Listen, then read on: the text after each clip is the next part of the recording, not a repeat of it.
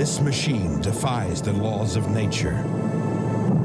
It can accelerate to 25,000 miles per hour. It has placed human beings on the surface of another world. It has transformed the way we communicate, the way we wage war, even the way we see our own small planet. The rocket has changed our world and given us a whole new future.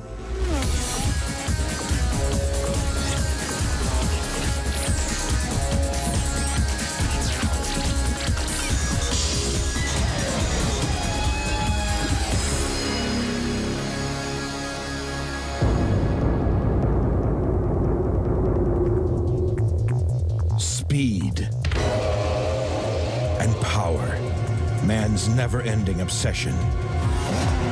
Since the dawn of the age of machines, we have used our technology in the pursuit of this goal, no matter what the risk. To make machines that are better, more powerful, faster.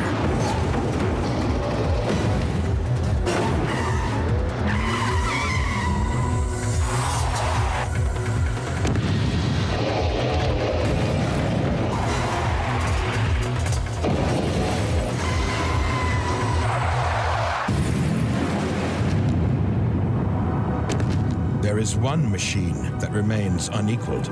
Nothing can surpass the power, speed, and sheer beauty of the mightiest machine ever made, the rocket.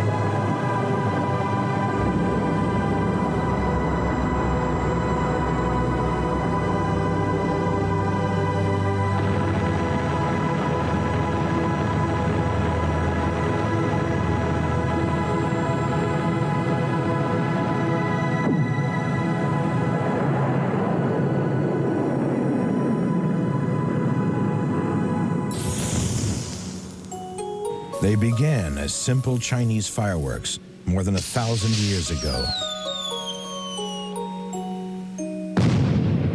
Today, the rocket is the ultimate high-tech machine. 10, Start enable. 9, 8, 7, Green board. 6, 5, 4, 3, 2, 1. Engine start. It's an engine that flies.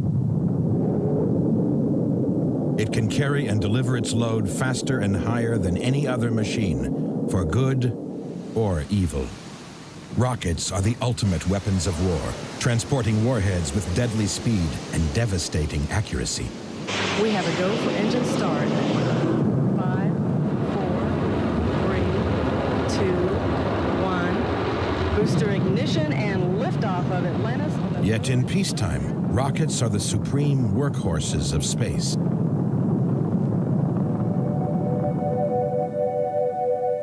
The rocket has given us access to space,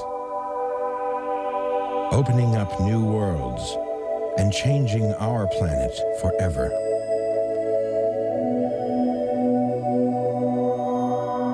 The rocket has given us everything from communication satellites to space stations. It has given us the future.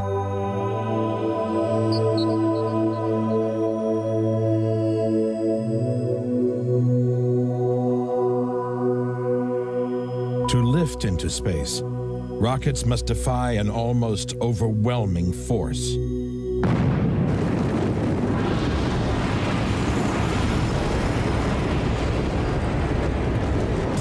The Earth's gravity constantly pulls every object on our planet towards it.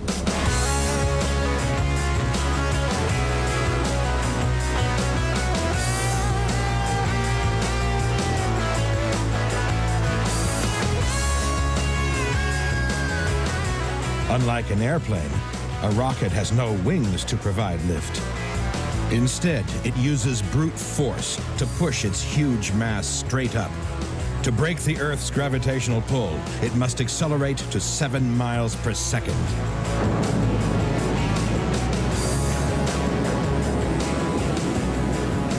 To reach this incredible speed, rockets use fuels capable of extremely violent combustion and engines that can channel that explosive energy into a directed force, thrust.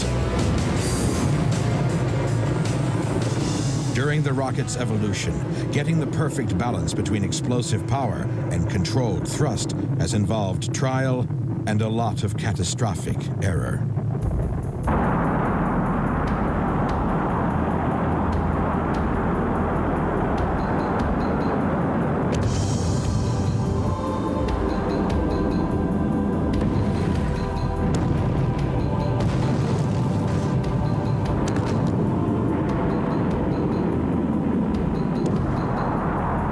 Modern rockets contain literally millions of components. The failure of just one tiny part can cause a malfunction.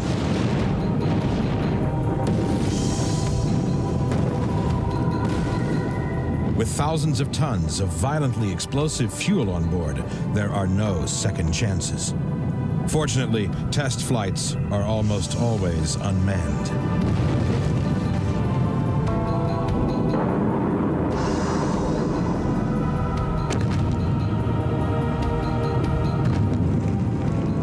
To succeed, a rocket must be versatile and cost-effective, designed and built specifically for the task at hand.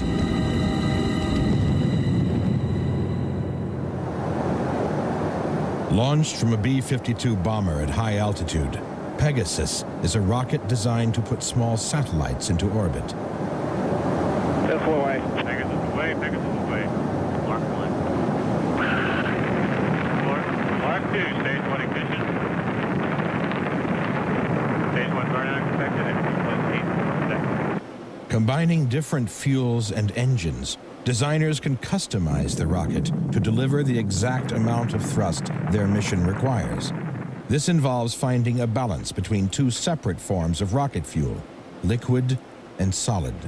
The difference between solid propulsion and liquid propulsion in the area of rockets is that in solid propellant rockets, the fuel and oxidizer in a solid form are completely mixed inside the motor case of the vehicle. In liquid rockets, all of the propellants are kept independent of one another until the instant that they are brought together to burn in the engine. Solid fuel engines are simple, convenient, and extremely powerful. Engineers often use them to lift huge payloads. They provide the powerful initial boost to launch them into space. And we have solid motor burnout. The solids look very good. Solid motors burn their fuel rapidly. We've ignited the other 3 solids. When they are burned out, they must be discarded to save weight. The sheer might of solid fuel rocket engines lies behind the success of the world's most sophisticated spacecraft. The Space Shuttle uses the largest solid rockets ever built, its twin solid rocket boosters, or SRBs. Well programmed.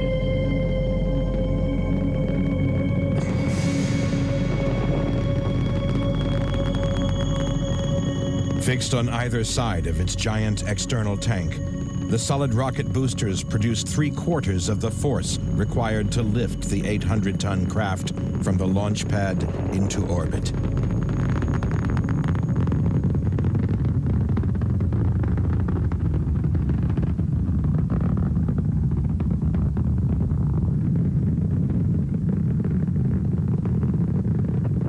They fire for just 2 minutes, alongside the shuttle's 3 central liquid engines, blasting the shuttle to a height of more than 30 miles at 8,000 miles per hour. Columbia's altitude, 15,000 feet. The SRBs produce more power than 44 jumbo jets at full throttle.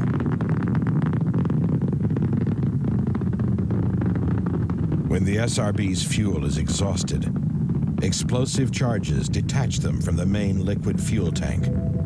3 liquid engines then propel the shuttle the final 50 miles into orbit.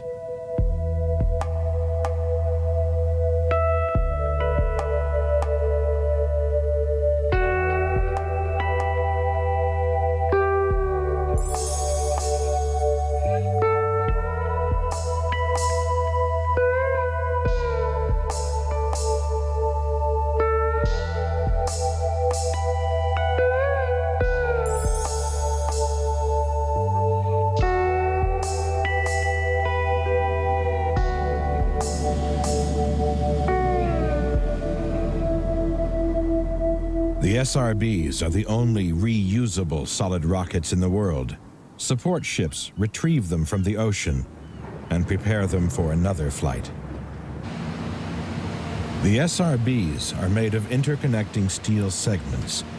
The aerodynamically shaped nose cone contains electronics for guidance and control, and the booster's main parachutes.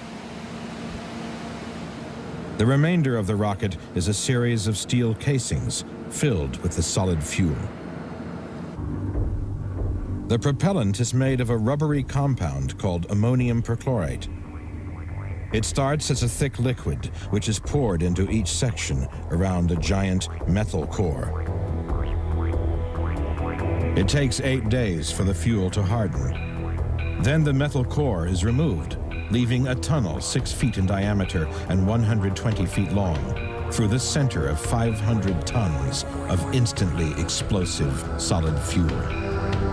The exact shape of the tunnel through the fuel determines the amount of thrust the rocket delivers. The cavity in the forward section is star-shaped to increase its surface area and give maximum burn. This provides the initial burst of thrust required to lift the shuttle the first few feet off the pad. It is a giant tube of high explosive, just waiting to explode. The rocket uses a type of flamethrower to ignite the fuel. The flame shoots down the central tube, causing an instant explosion. The gases expand at more than 8,000 degrees Fahrenheit. They burst from the rear nozzle at over 2,300 miles per hour, producing the same horsepower as 64,000 V8 cars. But solid rockets have one major disadvantage. Once they have started, they cannot be stopped.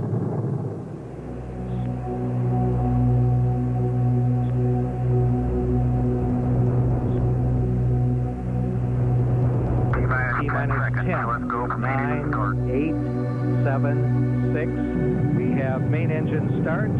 4, 3, 2, 1, and liftoff.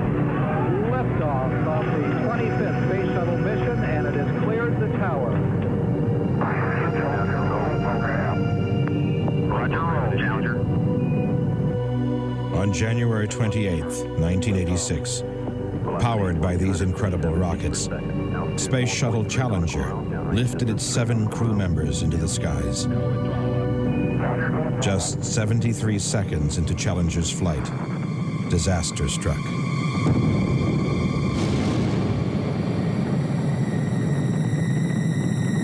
Flight controllers here looking very carefully at the situation. Obviously a major malfunction.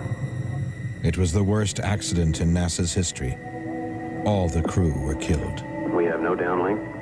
Falling from a height of 30 miles, the shattered wreckage crashed into the sea for over 5 minutes after the explosion. Somehow, the world's most sophisticated and amazing machine had failed. For months, NASA searched the ocean depths, looking for vital pieces of an impossible jigsaw, hoping for an explanation for the catastrophe. Amazingly, they recovered 45% of Challenger itself, and most of the SRBs. They stored the wreckage in a disused warehouse. Then NASA began a detailed examination, uncertain of what they would find. But the investigators had one vital tool to help them: NASA's cameras. Studying Challenger's doomed liftoff, they quickly noticed something unusual. When its boosters ignited, a puff of black smoke was clearly seen emerging from a lower joint. As the shuttle sped higher, flames began licking the side of the giant external tank. The Challenger's solid fuel rocket booster was leaking gases at 8,000 degrees. Examination of the wreckage confirmed their suspicion. The Challenger's right booster had a giant hole burned right through it. But why had the booster leaked? Where the segments of the boosters meet, thick rubber O-rings form a gas-tight seal. NASA's inquiry revealed that hot gas had damaged the O-rings on 12 previous shuttle flights, but with no malfunctions. This time, something was different. It was the weather. On the day of Challenger's launch, the temperature had plunged to just 36 degrees, 15 degrees colder than on any previous launch. Ice had formed on the pad overnight. It had also frozen the booster's rubber O-rings. The freeze made them tough and inflexible. At the moment of ignition, they leaked, and Challenger was doomed.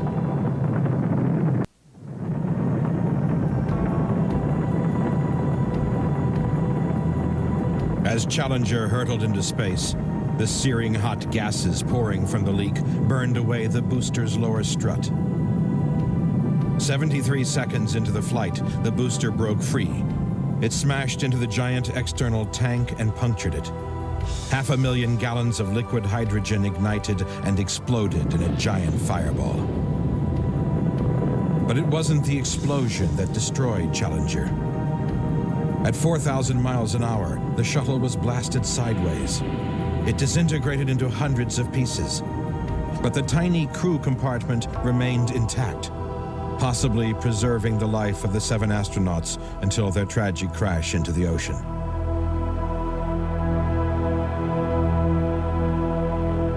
Until that day, the United States had dominated the space race for almost 30 years.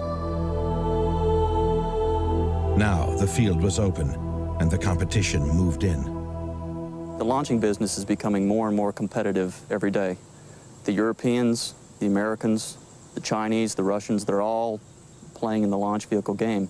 It's no longer just government payloads, it's now commercial payloads. Satellite technology has fueled our insatiable hunger for instant communication and up-to-the-minute information from around the planet. And that hunger has initiated a new era in the history of space exploration, the race to make space pay.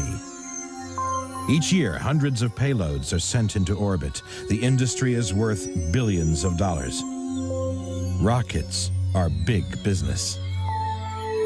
The space shuttle is back, leading the race for the space dollar, despite being grounded for 2 years after the Challenger disaster. Its ability to deliver, repair, and retrieve space cargo is unique. It has carried more tons of payload into space than any other vehicle. The strongest competition is from Russia. They have thrown all their energy and resources into the new space race. This launcher was originally used for Buran, the Russian copy of the American space shuttle. They call this rocket Energia. It stands 200 feet tall. Its 8 engines generate more than 4,000 tons of thrust. This is the most powerful rocket ever built. In 1987, Energia smashed all launching records. It lifted a massive 100 tons of payload, 3 times the maximum capacity of the shuttle, and far more even than the mighty Saturn V that pushed men to the moon. In February 1996, the Chinese attempted to launch an American communications satellite on a rocket called the Long March. Only a few seconds after liftoff, it veered wildly off course and nosedived towards the southwestern province of Sichuan. It crashed directly into a nearby village of several thousand people. Nearly every building was completely destroyed.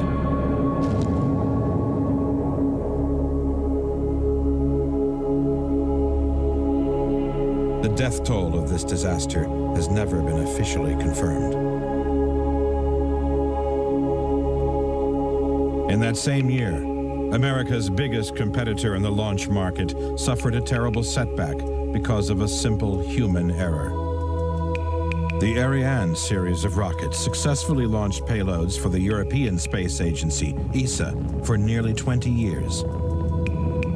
Ariane 4 averaged one launch every 4 weeks, offering tremendous reliability to the commercial space transport business. It was the most effective unmanned launch system in the world.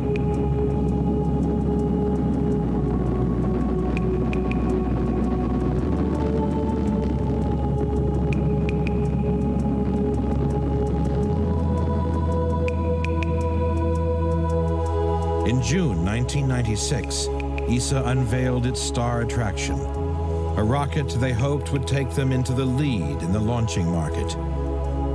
Ariane 5. It stands over 25 stories high. It is a highly sophisticated two-stage rocket. For its first launch, it would carry 40 tons of payload held in compartments in its upper stage.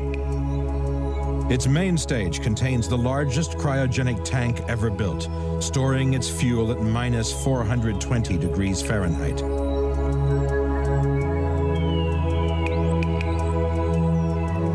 It burns 160 tons of liquid hydrogen and oxygen, channeled through just one engine. As with the space shuttle, solid propellant boosters provide the majority of its takeoff thrust, 80% of the power needed to lift it off the pad. They intended it to be the crowning moment in European space history. On June 4th, 1996, Ariane 5 would lift off from ESA's launch pad in French Guiana on her maiden flight. À tous de l'aider. Attention pour décompte final.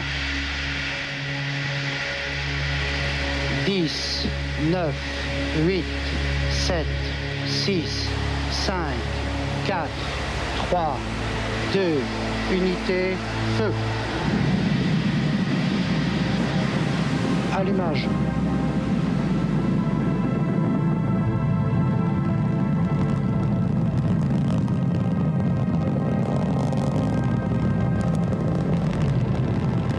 On board Ariane 5 was over $6 billion worth of equipment, representing 10 years of international research.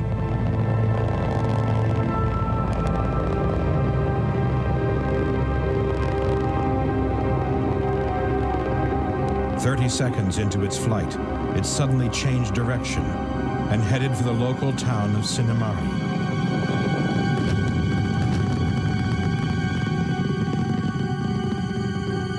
As the rocket exploded, hundreds of tons of rocket parts and toxic chemicals rained down on the jungle. It is very difficult to make a rocket perform perfectly.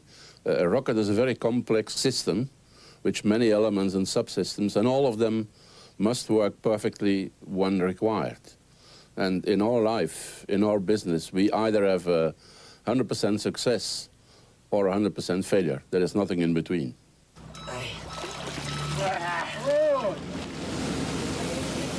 ESA salvaged as much of Ariane 5 as possible, but their investigation discovered that the rocket itself had performed perfectly.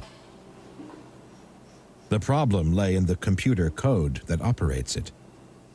Well, there were basically two reasons for the crash. The first one was that there was a software failure in the inertia guidance system.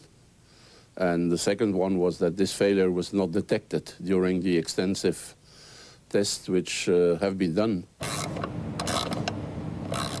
Rockets navigate using inertial guidance systems controlled by onboard computers. Both computer guidance systems on Ariane 5 had failed. The reason was simple human error. Engineers had accidentally loaded computer software from Ariane 4 into Ariane 5. Soon after liftoff, the onboard computer instructed the rocket to turn too quickly, and it veered dangerously out of control. But the computer knew something was wrong, and to prevent disaster on the ground, it destroyed itself in midair.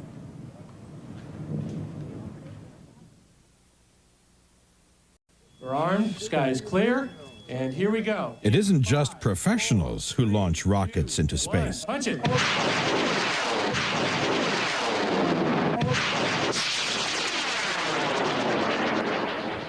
Gripped by rocket fever, each year thousands of enthusiasts launch their own homemade machines, simply for the thrill. That cracked the sky nice.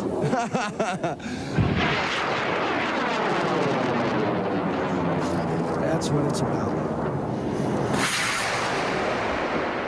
That's the North Star. Flies perfect every time.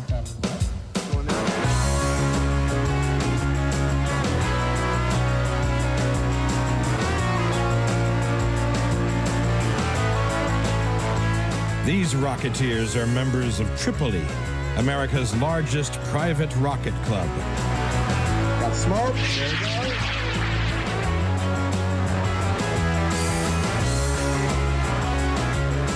Each year, amateurs hold more than 70 launch events all over the United States, involving 2,500 club members from all walks of life. This is my rocket Big Red. My husband gave it to me for my 12th anniversary last year, and I launched it this morning and got it to 2,500 feet and had a little bit of damage on the way down, but it'll fly again, no problem.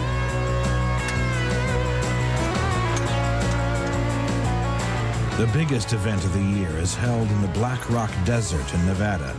In 4 days of non-stop action, they launch over 2,000 rockets. Smoke, there it goes. But these rockets are not toys. Some can reach heights of up to 100,000 feet. Amateur rocket builders are sending their machines over a quarter of the way to space. The range is clear, the skies it's clear. We're going on 10, 9, 8, 7, 6, 5, 4, 3, 2, 1, ignition.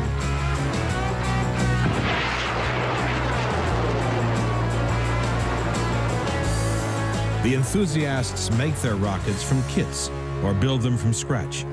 The body is rigid cardboard or fiberglass tubing. Inside, they use solid fuel almost identical to that in the shuttle's solid rocket boosters. These amateur machines are becoming increasingly complex. It's slated to go approximately 27,000 feet off the surface. It's carrying several payloads. We'll be recording barometric pressure outside through a port. There's an onboard accelerometer that will be collecting flight information. And then there's an experimental telemetry package that we're flying in. The rocket builders use computers to monitor and adjust their machines for maximum performance. But like their billion-dollar big cousins, they also have the occasional hiccup. 5, 4, 3, 2, 1. Let's try pad number 7. I got my camera. And I still got my sense of humor. But no matter how their machines perform, for the members of this club, rockets have become a total obsession. This is carbon fiber, and it's called Thunderchild. After H.G. Wells' War of the Worlds, it's Thunderchild. It's my child. I fly it, and I care about it, and we polish them, you know? Kiss mine, Katie. Good girl. For amateurs and scientists alike, space has always been the ultimate dream. In 1963, at the height of the Cold War, Kennedy set the greatest challenge in history.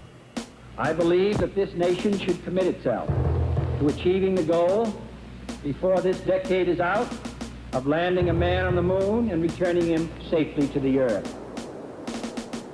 To achieve this seemingly impossible task, America turned to a man who just 20 years earlier was a mortal enemy.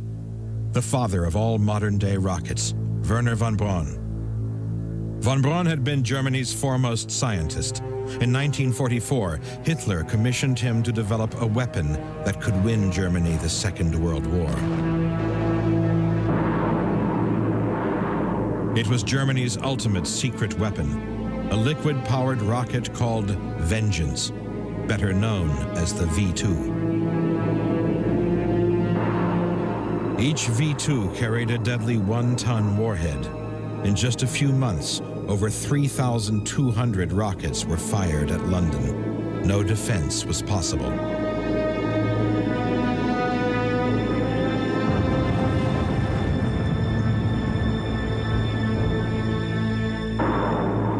The rockets brought terror back to the British population at a time when they had believed their enemy was all but defeated.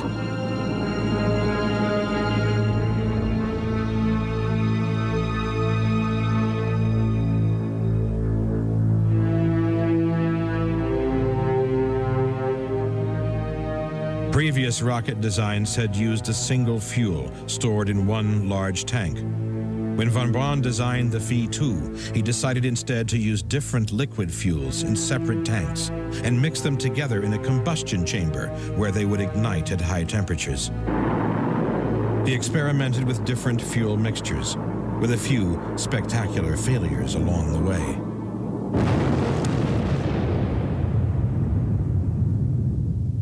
But he succeeded in producing one of the world's most devastating new weapons. Burning pure alcohol mixed with liquid hydrogen, his V-2 rockets traveled faster, longer, and with greater power than any before them.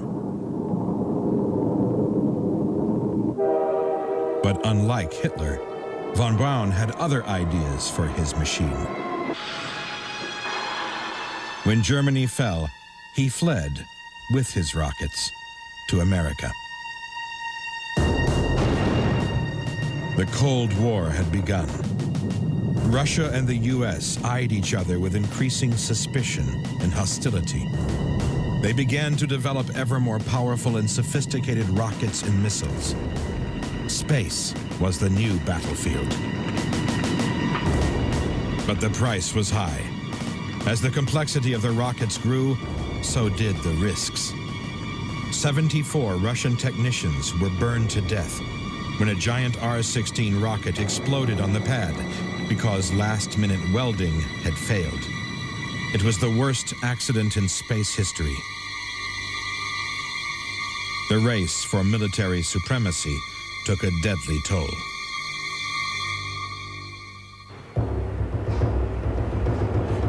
But that did not stop the scientists. The Russians unveiled the largest rocket yet built by either superpower, the Zemyorka. It stood over 104 feet tall.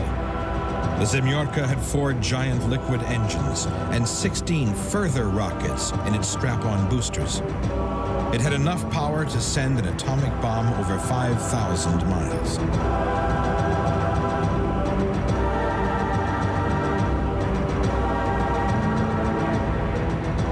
But in the end, this red giant delivered a peaceful blow.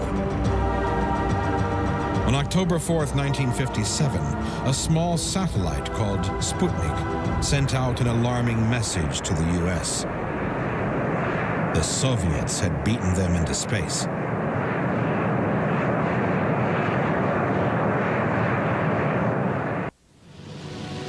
On April 12th, 1961, cosmonaut Yuri Gagarin prepared himself to enter the history books. He was about to become the first human being to enter orbit in the tiny capsule of his Vostok 1.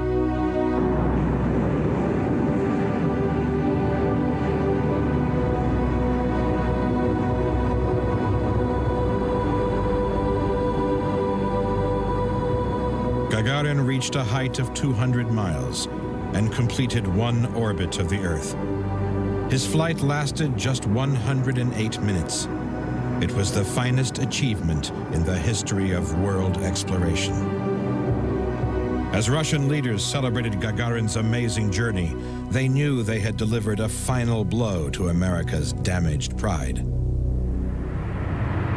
America responded the only way it knew how, with maximum effort. Just 5 weeks after Gagarin's flight, Commander Alan Shepard became the first American into space. His journey in the Mercury spacecraft lasted only 15 minutes before he landed in the Atlantic Ocean. It wasn't enough. America wanted the greatest prize of all, and they wanted it fast. To reach the moon was an incredible dream.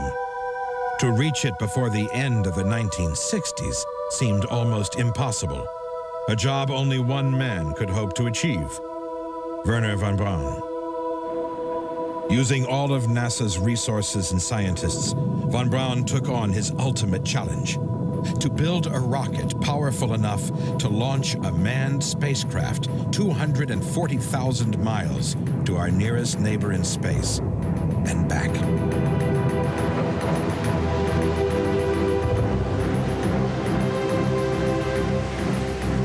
In just 6 short years, he did it.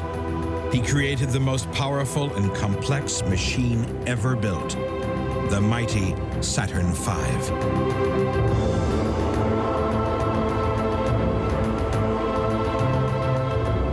Saturn V towered over 363 feet. Loaded with fuel, it weighed 2,800 tons.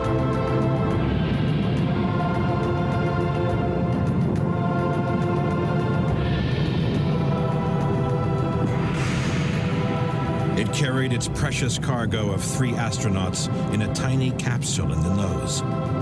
The vibrations from its first launch were so great that they registered at an earthquake monitoring station over 1,000 miles away. Wernher von Braun had exceeded even his own wildest dreams.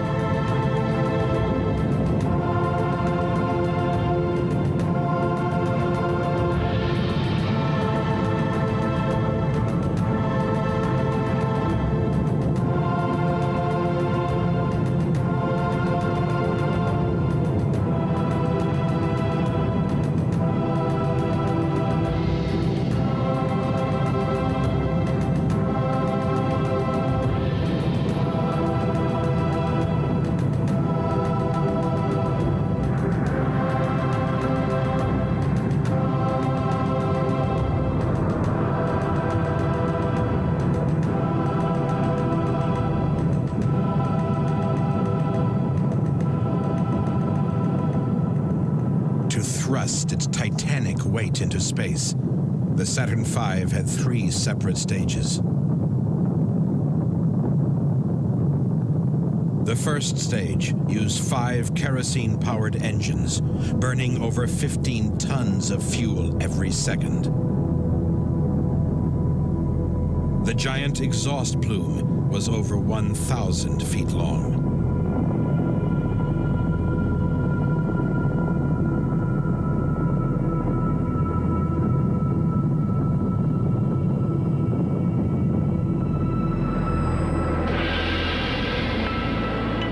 But its upper stages set the Saturn V apart from any other rocket before it. Stages 2 and 3 had the first ever engines powered with liquid hydrogen and oxygen. They were the only way for a manned capsule to break the powerful grip of the Earth's gravity. Saturn V traveled 250,000 miles in 3 days, and finally delivered its precious payload safely to the surface of the moon. Kennedy's dream had become a reality. In 13 launches, the Saturn V carried 27 astronauts on Apollo missions to explore the moon.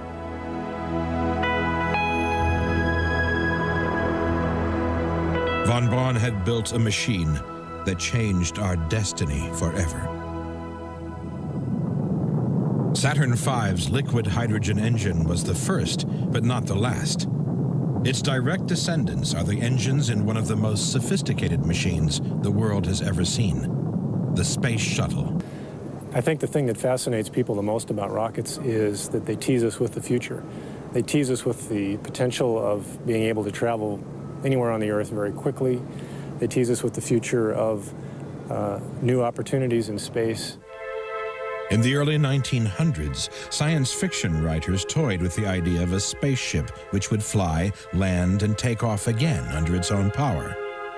They foresaw that the rocket would be transported vertically to its launch pad.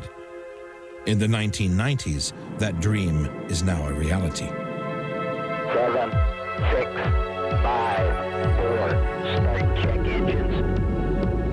Codenamed DC-XA, this McDonnell Douglas rocket is opening the door to routine and affordable space travel. The DC-XA can lift off vertically under its own power. It has no separate stages or throwaway boosters.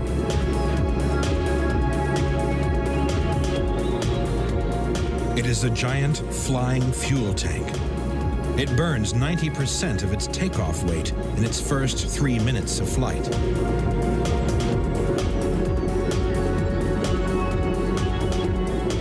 In tests, the DC-XA has flown to over 10,000 feet.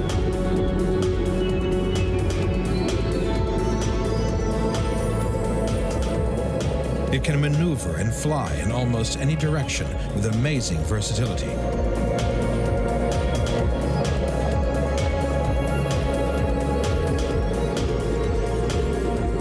To complete its journey, the DC-XA performs its most remarkable maneuver.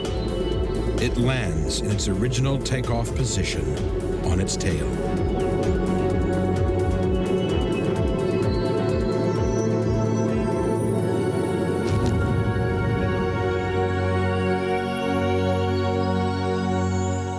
It can be ready to fly again in just 24 hours. The ground crew control the DC-XA by computer from a nearby trailer. It takes just 15 crew to prepare and launch it. The space shuttle needs more than 30,000. Its secret lies in its super lightweight construction. The oxygen fuel tanks are built in Russia using the lightest of metals, lithium. The hydrogen tanks are made of epoxy, the same material used in bulletproof vests.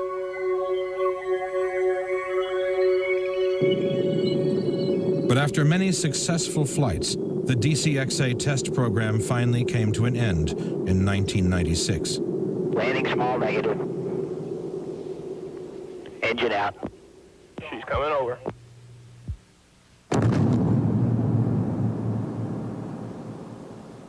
Okay, we had a gear that was not out. The DC-XA was never designed to fly into space. But the valuable information gained from the test vehicle has enabled NASA to take a major step toward a new generation of launch vehicles and rockets.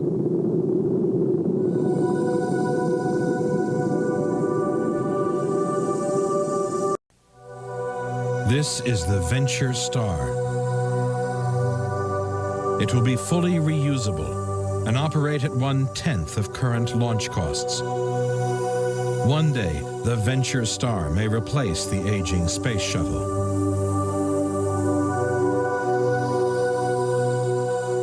It will also use a new breed of engine, the most efficient rocket ever designed, the Aerospike. The major difference with the Aerospike is in the shape of the nozzle. Today's rocket engines have a bell-shaped nozzle. The Aerospike engine has a V-shaped nozzle. The reason we use that shape of a nozzle is to allow the engine to automatically adjust its performance as it climbs through the atmosphere. In NASA laboratories, scientists are testing a new type of rocket engine, the nuclear-powered ion drive. It generates an electric force field that can produce velocities twice as fast as current rocket engines.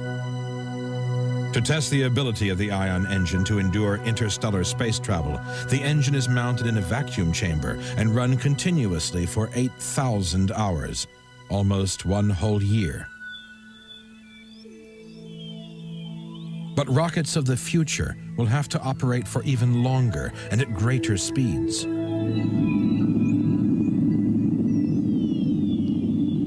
A design for a spacecraft called Daedalus uses nuclear power in a very different way. It ejects millions of tiny atomic bombs into space behind it, one after another. This starship design could reach 1/10 the natural speed limit of the universe, the speed of light. For the first time, we could explore far beyond our solar system. Other craft may even leave their power source at home. The laser sail is propelled by the power of a laser beam from a base near the sun. The giant 200-mile sail tows a tiny spacecraft at very close to the speed of light. The original V2 flew just a few tens of miles across the English Channel. Today, there are thousands of satellites orbiting above our heads, and people have walked on the surface of the moon. Rockets have already transformed our world. One day, they will take us to worlds we have never even imagined.